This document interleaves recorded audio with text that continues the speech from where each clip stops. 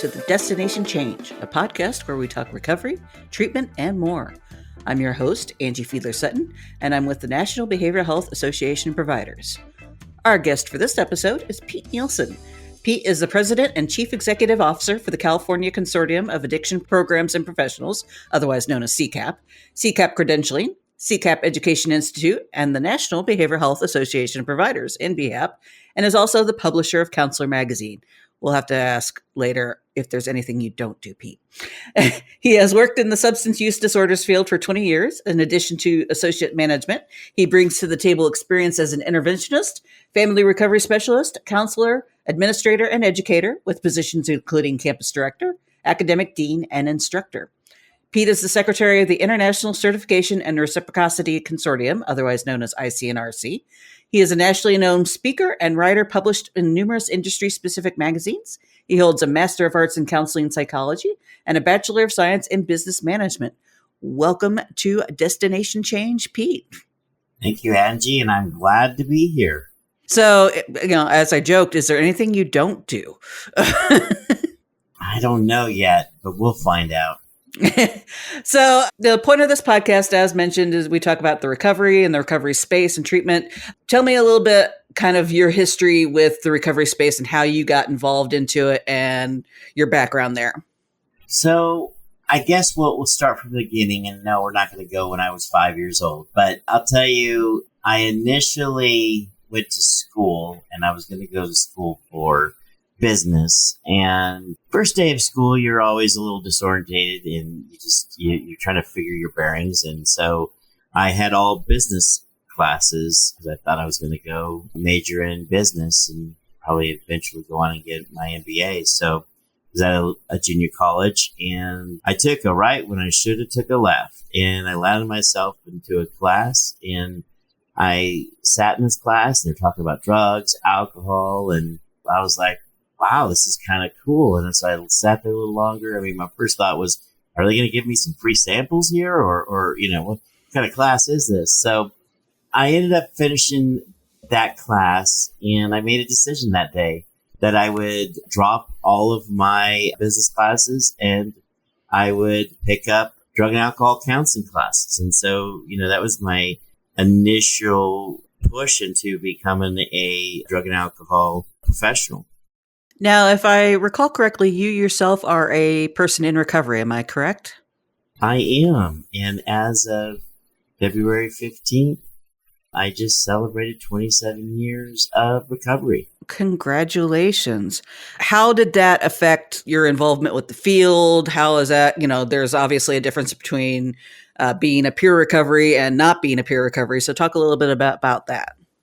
That's a good question, Angie. And I think for me, when I started, they didn't really have much, in the pure realm other than, 12 steps and being a part of that and sponsoring people or being a sponsee. So really there was just being a drug and alcohol counselor, professional, so for a long time, and I think it is still true, my lifestyle and my mindset is I'm a person in recovery.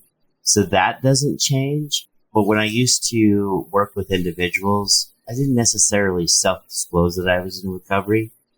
I'll tell you, most people would there's some attunement that happens when people realize they get you. And when they realize they get you, they feel connected to you. And that really is more important as a feeling rather than coming out the gate in that rapport building saying that I'm in recovery or not in recovery. Sometimes it's a barrier.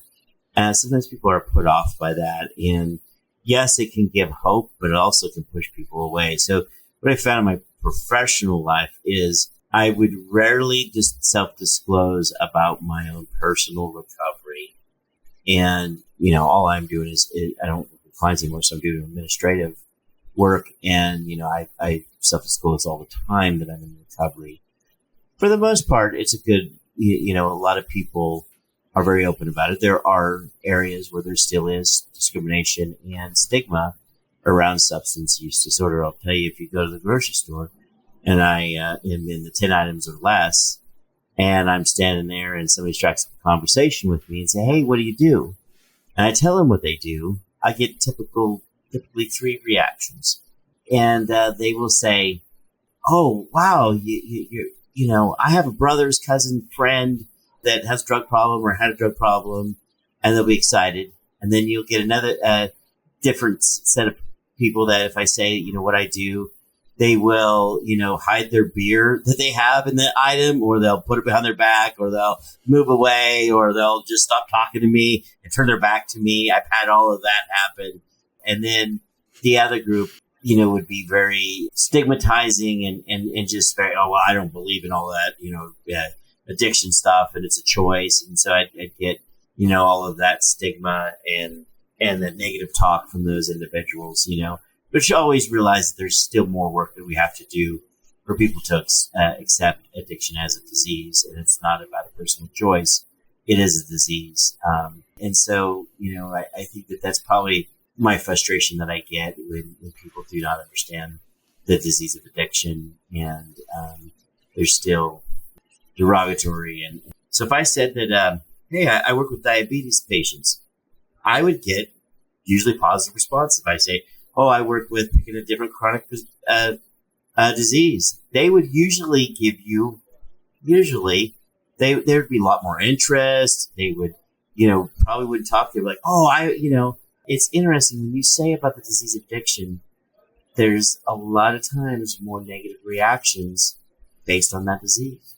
You talk a little bit about stigma and the recovery industry and how people don't always just see it as a disease. Now, you've been in the industry for quite a while. That's obviously been changing, but what do you feel is the best way to kind of move forward on that change?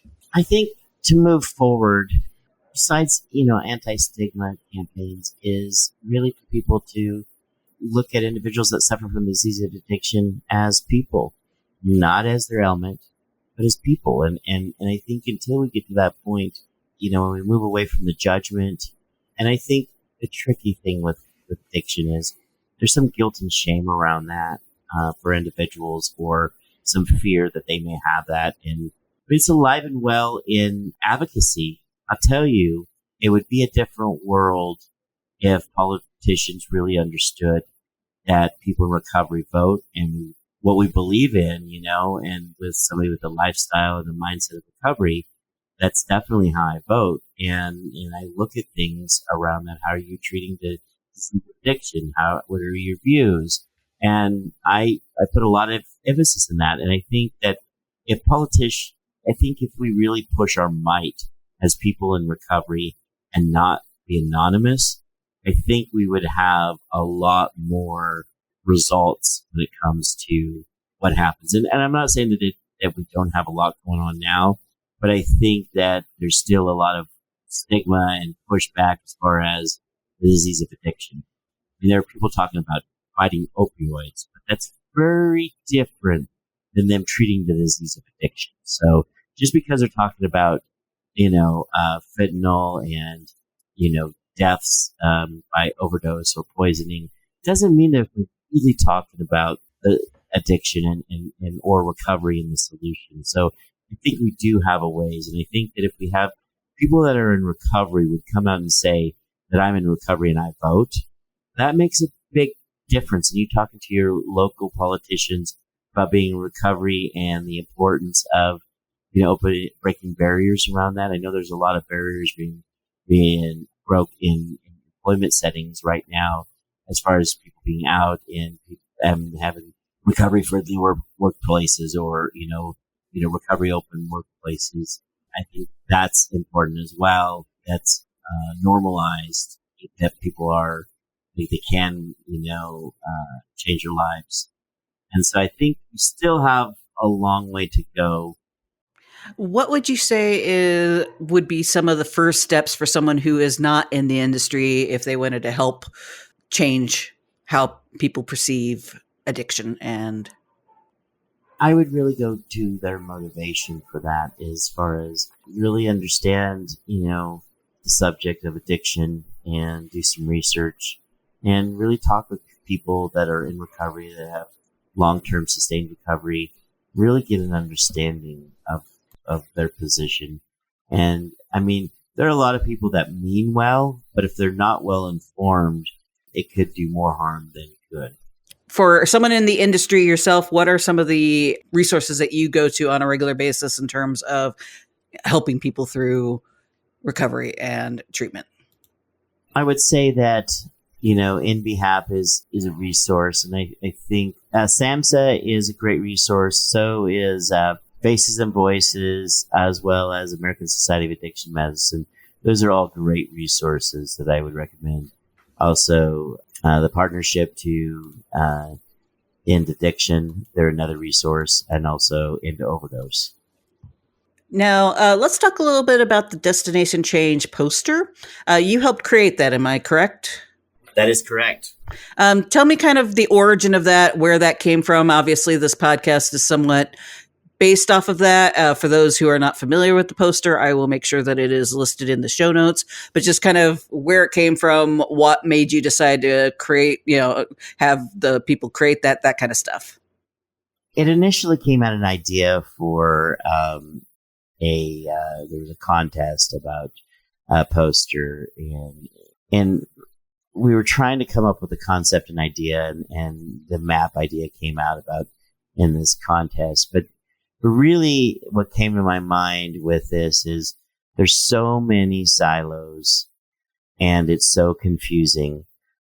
There isn't one place where I can tell somebody that has a addiction problem or a family member that has a loved one that has an addiction problem of where you could go to get all your choices of what you can do laid out for you. So whether that be harm reduction, whether that be prevention, whether that be recovery or treatment, and what are all the choices within the medication assisted recovery, recovery community organizations, treatment, inpatient, outpatient, all of those different options. It seems that when you go to a particular organization, many times the option is their organization versus outlining what all the options are. So, if you go to harm reduction, you're a customer for harm reduction. You go to residential treatment, you're a customer for residential treatment. If you go to outpatient, you're a customer for outpatient. So I really thought that there needed to be something that would look at all the options, and that so somebody could have a pictorial representation of what their options are. And so we have this treasure map themed, option list that people can look at. And one of the things I realized is when we go from the different silos, whether it be harm reduction or prevention or treatment or recovery, it seems that when we go across all those, there's that the language barriers, meaning, the different terminology between changes. So individuals that do harm reduction don't necessarily speak the same language as individuals that do treatment. So there needed to be something that would bind all those together. So I did some research and I looked and say, what would all of those agree upon as some type of basis of information? So I was looking at the trans-theoretical, which is also the stages of change: pre-contemplation, contemplation, preparation, action, maintenance. That's generally accepted by all those different silos. And so I use that as a basis for the map to kind of guide somebody from the addiction island onto the whatever island they go to, the recovery island, treatment island. And there's little white dots for them to go through that. And really, stages of change are not really what I base it off of. It's actually the little known processes of change, which is, the other part of that, which really fits all of that in the map. So, but people don't necessarily know about the processes of change. They know the stages of change. So I use the stage of change to inform, really the concepts of the processes of change. And that really navigates, because when you look at the processes of change, it really talks about, prevention and harm reduction. You could see all of those areas within the processes are just simply how you move individuals from one stage to the next of the stages of change. So the stages is not something that you do, but what you can do is the processes is help you. So, for example, if somebody is in pre-contemplation, if you give them information and that information could help them to make a decision or to even, to push them into contemplation because they have information. So, that's a way that you can do by informational campaigns, which help individuals to start to contemplate, to move from pre-contemplation to contemplation. And contemplation is just you make a decision if you want to change something or not. So, I thought that is the best idea to be able to kind of lay this out. And so we have very simple statements on there for people to relate to, so if it's a pre-contemplation, I don't have a problem is a simple statement that's on there. So somebody can say, oh yeah, I relate to that. So I'm in pre-contemplation. So, if contemplation, we have a simple statement on there that says, I think I have a problem. Somebody says, yeah, I can relate to that because they may not relate to the definition or the word contemplation, but they can relate to the thought or emotion that we have on there. So that's how we utilize it to kind of help individuals to kind of find out where they're at in the stages or where they think they're at in the stages and the map is a guide for somebody else to help walk them through their different options and choices.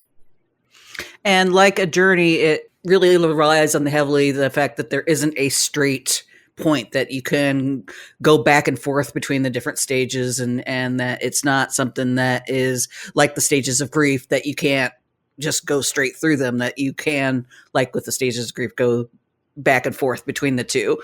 Is that something that you see a lot of in the industry, or is that something relatively new? The idea that you can go back and forth?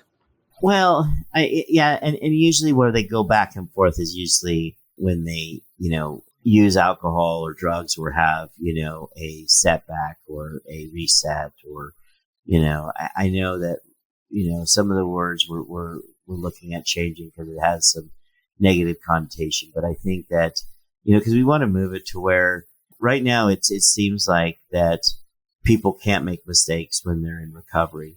And I shouldn't call them mistakes, but that have setbacks or resets or and I think terms like relapse, people are moving away from because they feel like, oh, well, you failed the program or and I think that when they toggle between stages, I'll use that, with something that happens in life. They use drugs or alcohol or it changes and they can go to they can go back to pre-contemplation, contemplation. They can go back to preparation.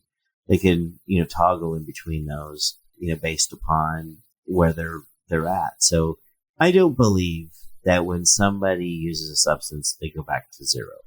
That is a belief of some people, but I don't believe that myself. I do, everything that you've gained, you don't lose. The problem with our thought is when somebody uses a substance, they say, you have to go back to zero. It's basically like that old Monopoly where you go directly to jail. You did not pass go. You basically lose everything. And I don't believe that's true. I believe that, the information you've gained and the recovery and the strength that you've gained, you don't lose that. I also believe that the strengths that you had, some of the strengths that you had in your addiction does translate over to your recovery. They change, they look differently, but they are still some of the same strengths. Some of the same strengths that I had when I was using, I still use in my recovery. My same relentless pursuit for change or to do something is still here. It used to be for the bad, and now it's for the good. My passion, that is still here. That was there in my addiction, but it didn't land me to good places. It landed me into things like shiny handcuffs. So I think really when we look at that, we need to take that to err is human and to learn from our patterns of behavior or learn from mistakes or that should be acceptable. I'll tell you. So let's say I'm on a diet and you pick one, paleo, South Beach, you name it, whatever. And I say to you, hey, I'm trying this thing and, I had one too many, I don't know, whatever, that you're not supposed to have on that diet. people will typically respond empathetically. Like, oh, well, that's okay. And they'll be encouraging but you say that with addiction and you say that, oh, I relapse or I use a substance. There's almost this parental type of thing of like, oh, well, you should know better, or you failed, or, and it should be looked more positively and not like what you lost, but what you gained and kind of what helps you move you forward. I think when we are challenged and we struggle, I think it helps us to be better people. And I think that there's a part where you can move forward and it's not a negative thing. And I think until we start looking at it as a gain rather than a loss, then I think that really, I think it will change. I mean, I see this in sports sometimes, not always, but in sports is like when the team has a bad season, they will, start building and learn from their mistakes or learn from their challenges and then, build that and they call it like a rebuilding season, or they're, and sometimes that's what you need in your own life. And that's the same thing in recovery. So maybe it's just a rebuilding season on that. It's not looked at a negative thing. It's looked actually as a positive thing, and I look at some of the teams and even one of the teams that I support, I've heard that before. Oh, and everybody's like, yeah, they're rebuilding. Yeah, they're going to be greater now. Now they're going to be better. I think if we look at, relapse or when people have challenges, we look at that as more of a positive spin and rebuilding. I think we would all be better and individuals would be better, but they don't have to carry all this guilt and shame. One of the things that the Stages of Change talk about, and I know that you have used as kind of a resource, is the idea of recovery capital. For those who are unfamiliar with the concept, kind of go into how you define what recovery capital is and how that interacts with the idea of recovery and addiction. So recovery capital is really your strengths. It's really your strengths that help you in your recovery. And it's breaking it into, I'm going to synthesize it into three different. It's social, personal, and community. And so, social is things that the people that are around you, what you have to be able to help propel you forward, the strengths that you have. Personal is typically resources, things that you have. Your infrastructure, your community that you have is your other capital. All of those are really the forces that help propel you forward and really build up an immunity and a resistance to negative things in your life. Or I should say barriers and unmet needs. And I think those kind of counterbalance those. And so, as you build upon your strengths to be able to cope with things and deal with things more, the more recovery capital that you have. The more recovery capital you have, it increases your ability to deal with situations or circumstances that are in your life. Maybe when it comes down to it, that's really what recovery capital is. It's a way for individuals to improve their recovery and to help them to build a better them or build a better me, and always in that progress and growth. And recovery capital helps to do that because it's not intuitive to know what you need to work on in your own life to grow, to become, to do better and be better in your own life. Recovery capital is just a tool to help you kind of gauge. It's kind of like if I was to drive a car without any instruments in the car, no gas gauge, no check engine light, none of that. If I would just drive a car without that, I might run into some issues. I can still drive the car, but if I don't have indicator lights and if I don't have a speedometer, I might get a ticket, especially if I have a lead foot or, all of those things. And so recovery capital is really that instrument gauge for individuals in their recovery. Yes, they could go through recovery without it. And yes, there's great tools out it, but this is a great instrument panel to be able to gauge where they're at and where they can improve and to enhance their own life and their own well-being easily by working on their recovery capital. Do you have a go-to tool that you like to use personally, or is that like choosing a favorite child? So I'll tell you, as far as assessing or screening for that, there's three tools that I like that I think are important. It's the recovery screener, or also known as the RCA. There's the RCI, and then there's also RECAP. Those are all great tools to be able to utilize.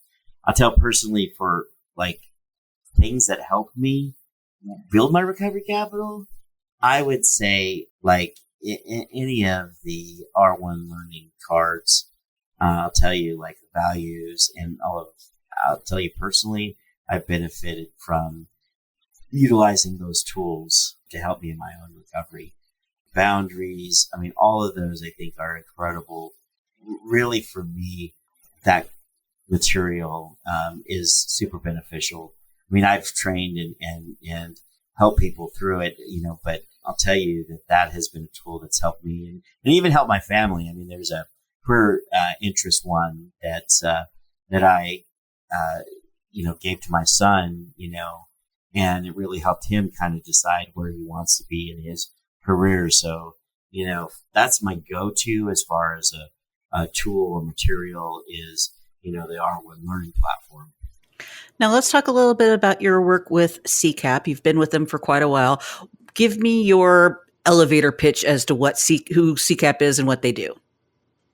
Well, this is probably the shortest that you heard me answer any question, Angie.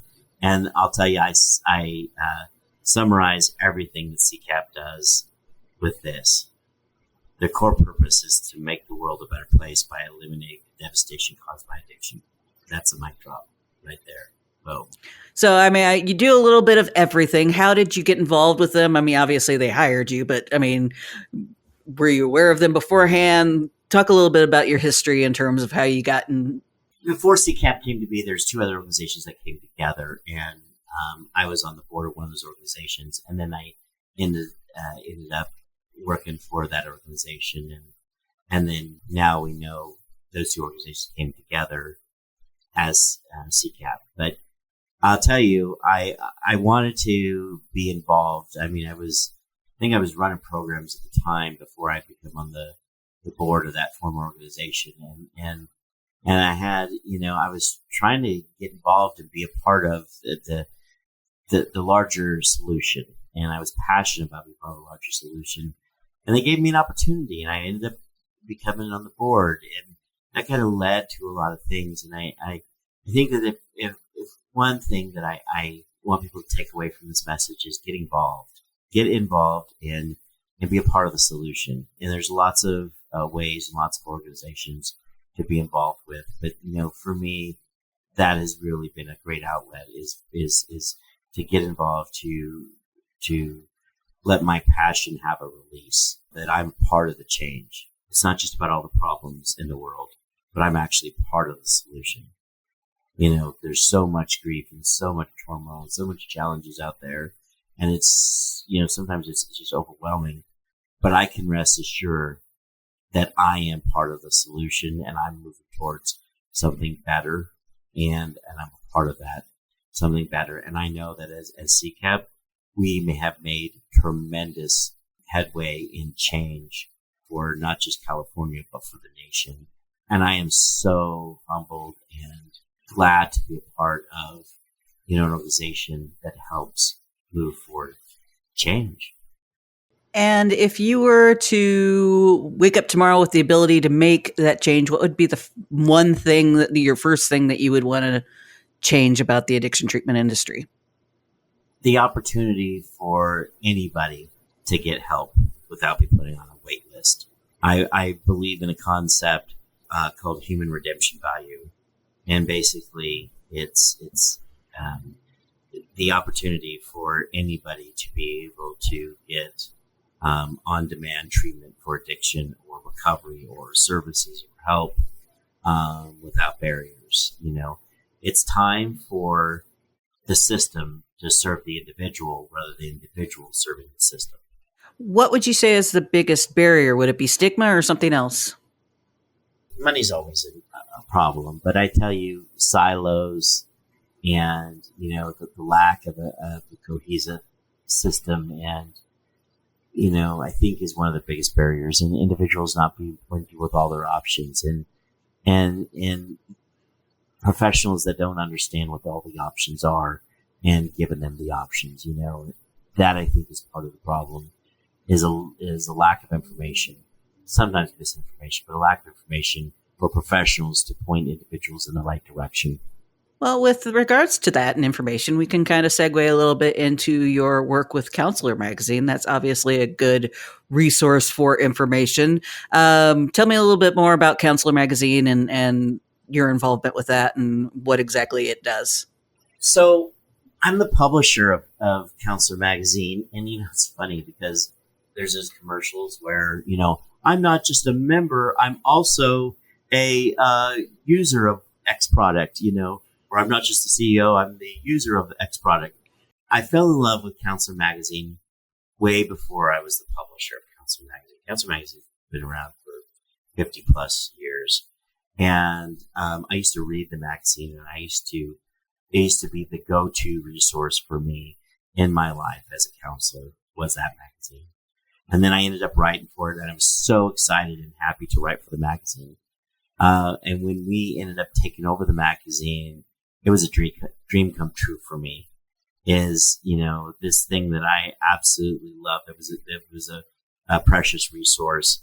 I get to now be the gatekeeper and the steward for that resource, so others can benefit from that magazine. There can be no greater honor than that is being able to carry that on. And, it's an internationally recognized magazine that helps behavioral health and addiction professionals and give them, the latest, greatest information so that they can do better and be better in their profession.